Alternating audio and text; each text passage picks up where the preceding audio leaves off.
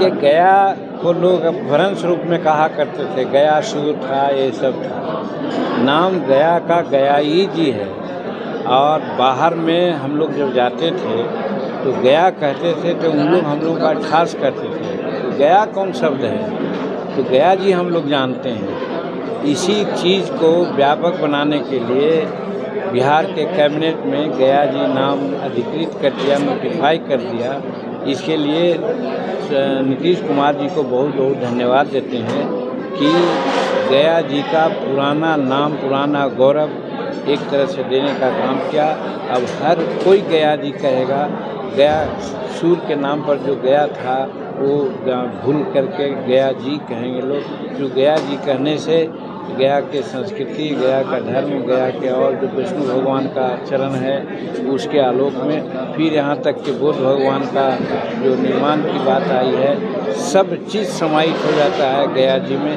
इसलिए गया जी कहना बहुत सार्थक है। इसके लिए बिहार सरकार को बहुत बहुत धन्यवाद।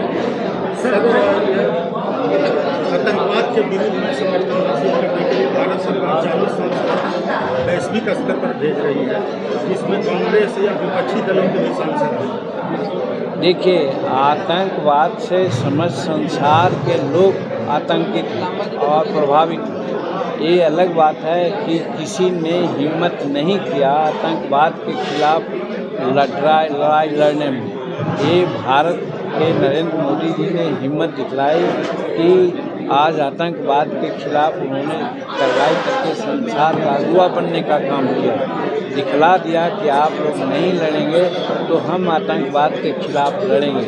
दिखला दिया गया। अगर पाकिस्तान के क्षेत्र को कब्जा करने की बात होती तो हम लोग बहुत आगे बढ़ गए थे। आज चाहे पीओ का मामला हो, चाहे पाकिस्तान का लाहौर है, रावलपिंडी है, सब पर अधिकार हमारा हो गया होता। लेकिन नरेंद्र मोदी जी का विस्तारवादी नीति नहीं है। उन्होंने सिर्फ आतंकवाद के खिलाफ बात किया।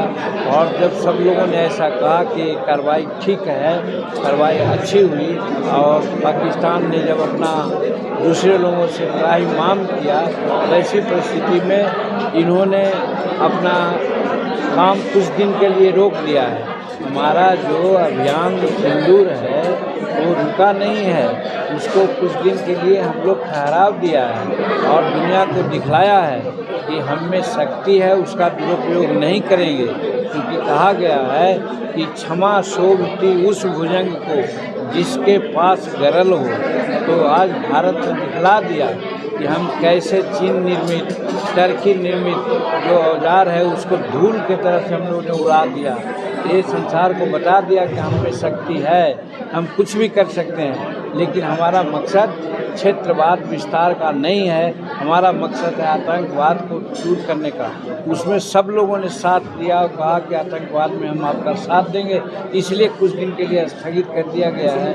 और ये भी है कि जब कभी भी आतंकवाद का मामला आएगा तो हम छोड़ेंगे नहीं। ये बहुत नेक कदम है नरेंद्र भाई मोदी जी का, और भारत की प्रतिष्ठा इससे संसार में बढ़ी है।